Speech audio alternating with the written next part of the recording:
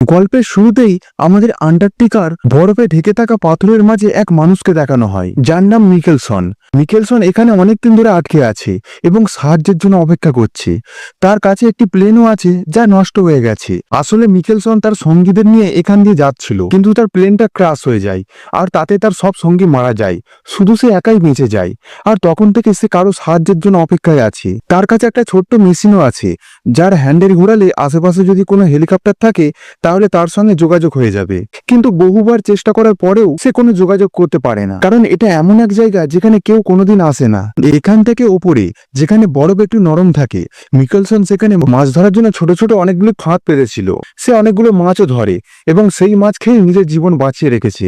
পরের দিন সকালে মিকেলসন উপরের চূড়ায় যায় আর সেখানে আবারও তার মেশিন চালু করে, কিন্তু আজও তার কারোর সঙ্গে যোগাযোগ হয় না। এখানে আমরা কিছু পাথরও দেখি যেগুলোর সঙ্গে সে কথা বলে। আসলে যারা এই প্লেন ক্র্যাশে মারা গিয়েছিল তাদের সবাইকে সে এখানে কবর দিয়েছে। এবার মিকেলসন আবারও নিজের প্লেনে ফিরে আসে। সে দেখে যে মাছগুলো সে জমা করে রেখেছিল সেগুলো আর সেখানে নেই। মিকেলসনের মনে হয় নিশ্চয়ই তার মতো আর কেউ আছে এখানে, কিন্তু কিছুক্ষণের মধ্যে সে সেখানে পোলার বিয়ারের পায়ের ছাপ দেখতে পায়। তখন সে বুঝতে পারে এখানে একটা পোলার বিয়ার আছে যা তার উপর আক্রমণ করতে পারে। তাই সে দৌড়ে গিয়ে নিজের প্লেনের ভেতর ঢুকে যায়। এবার মিকেলসনের মনে আর একটা ভয় তৈরি হয়, আর সেই ভয় হলো পোলার বিয়ারের, যারা ভীষণ ভয়ঙ্কর হয়। পরের দিন সকালে সে বাইরে আসে।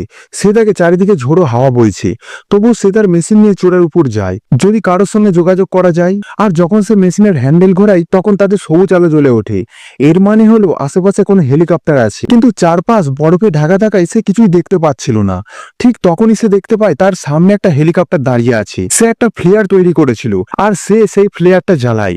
এবার হেলিকপ্টার তাকে দেখে ফেলে এবং তার দিকে আসতে শুরু করে, কিন্তু ঠিক তখনই হেলিকপ্টারটা ঝড়ে কবলে পড়ে যায় আর সেই কারণে সেটি ক্র্যাশ করে। মিকেলসন দৌড়ে হেলিকপ্টারের কাছে যায়। সে দেখে হেলিকপ্টারের পাইলট মারা গেছে, কিন্তু সেখানে একটা মেয়েও আছে। মেয়েটি ভীষণভাবে আহত হয়েছিল। তখন মিকেলসন হেলিকপ্টারের দরজা ভেঙে তাকে ভেতর থেকে বের করে আনে, কারণ সে মেয়েটির জীবন বাঁচাতে চায়। অনেক কষ্টে টেনে হিঁচড়ে মিকেলসন তাকে নিজের প্লেন পর্যন্ত নিয়ে আসে। সে মেয়েটিকে প্লেনের ভেতর নিয়ে যায় আর সেখানে মেয়েটির জ্ঞান ফিরে আসে।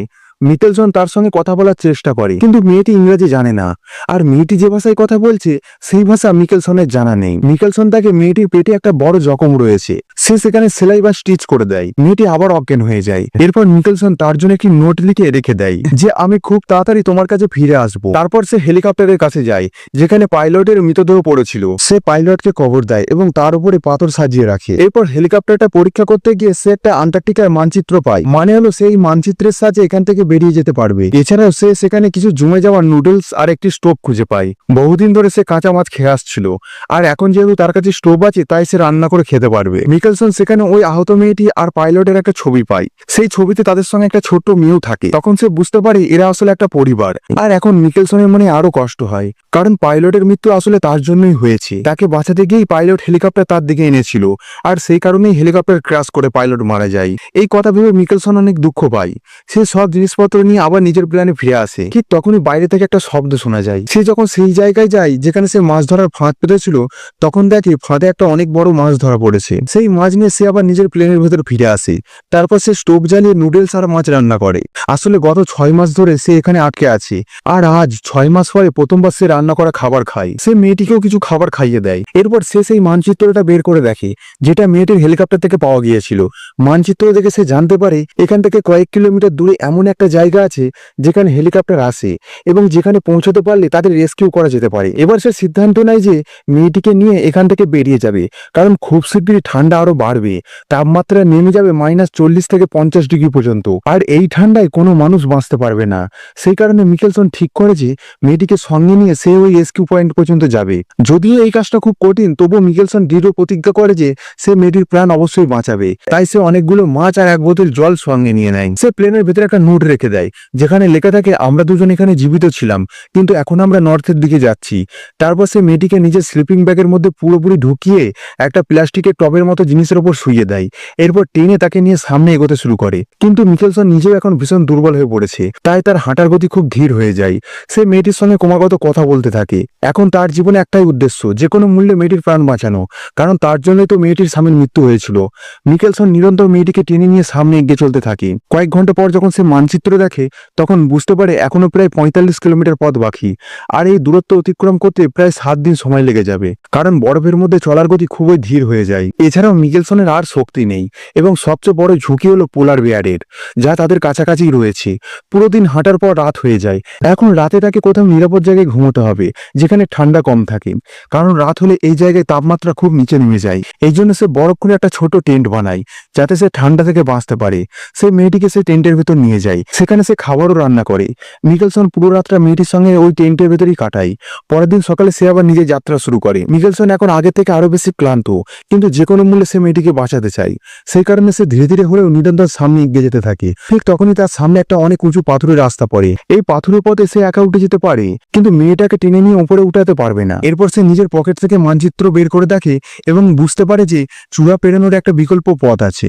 কিন্তু যদি সে অন্য পথে যায়, তাহলে সেখানে পৌঁছাতে তার 4-5 দিন বেশি সময় লাগবে, এবং তার কাছে এত খাবার সাপ্লাই নেই যে এতদিন বাঁচতে পারবে। তাই এখন তাকে মেয়েটিকে টেনে নিয়ে সেই চূড়ার উপরেই নিয়ে যেতে হবে। প্রথমে সে নিজে চূড়ার উপর উঠে যায়, তারপর সে সেখানে দড়ি ব্যবহার করে মেয়েটিকে টেনে উপরে ওঠানোর চেষ্টা করে। সে ধীরে ধীরে তাকে উপরে টেনে নিয়ে যাচ্ছে, কিন্তু হঠাৎ দড়ি তার হাত থেকে ফসকে যায় এবং মেয়েটি আবার সে আগের জায়গায় ফিরে যায়।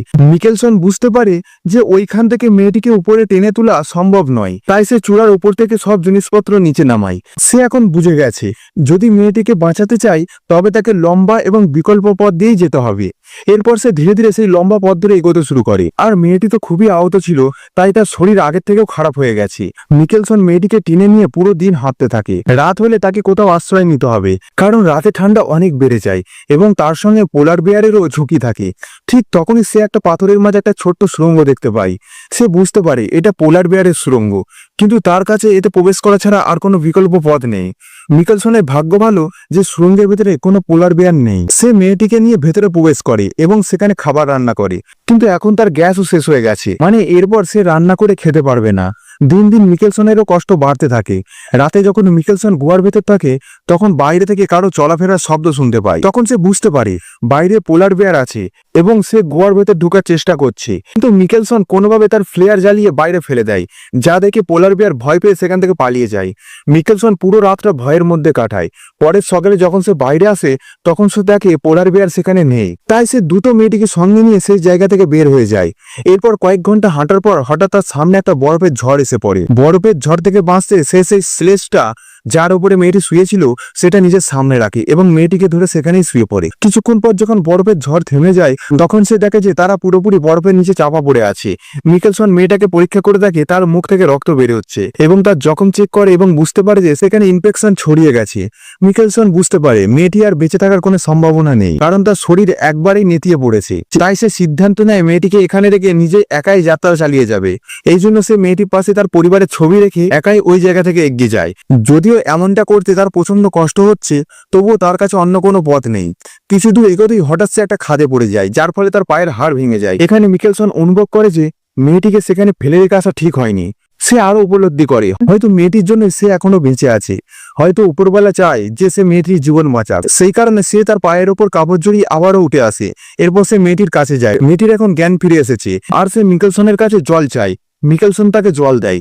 এরপর আবার সে মেয়েটিকে স্লেডের উপর রেখে টানতে শুরু করে। তার পায়ের হাড় ভেঙে গেছে, তাই সে লাঠি ধরে ধীরে ধীরে এগোতে থাকে। এটা করতে করতে সে প্রচন্ড ব্যথা অনুভব করছে, কিন্তু যে কোনো মূল্যে সে মেয়েটির জীবন বাঁচাতে চায়। সেই কারণে ধীরে ধীরে এগোতে এগোতে সে অবশেষে রেস্কিউ পয়েন্টে পৌঁছে যায়। সেই জায়গাটি কিছুটা উঁচুতে অবস্থিত। সেখানে সে মেয়েটিকে টেনে উপরে তুলতে পারছিল না, তাই সে প্রথমে নিজে একা উঠে যায়। সেখানে সে একটি হেলিকপ্টার দেখে, যা দেখে তার আনন্দের সীমানা থাকে না। সে আবার নিচে ফিরে আসে এবং মেয়েটিকে ধীরে ধীরে টেনে উপরে নিয়ে যায়, কিন্তু হেলিকপ্টার এবং লোকেরা অনেক দূরে ছিল। যদিও মিকেলসন ফ্লেয়ার জ্বালায়, কিন্তু তারা তা দেখতে পায় না। তাই মিকেলসন তার জ্যাকেট বের করে তার উপর আগুন জ্বালায়, যেন তাদের দৃষ্টি আকর্ষণ করতে পারে, কিন্তু এতেও কোনো ফল হয় না। তারা সেই জ্বলন্ত আগুনটা দেখতে পায় না। মিকেলসন মেয়েটিকে স্লিপ ব্যাগের বাইরে নিয়ে আসে।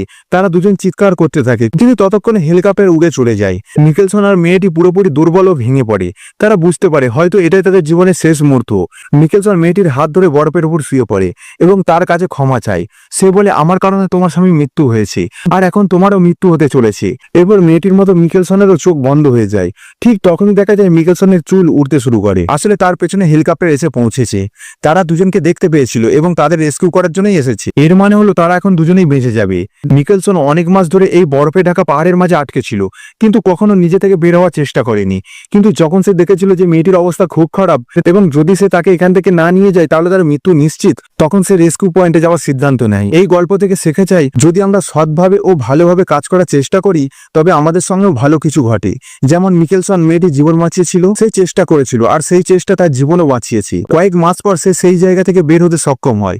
এইভাবে মুভি এইখানেই শেষ হয়। যদি ভিডিওটি আপনাদের ভালো লেগে থাকে চ্যানেলটি লাইক করবেন আর সাবস্ক্রাইব করতে ভুলবেন না। ধন্যবাদ।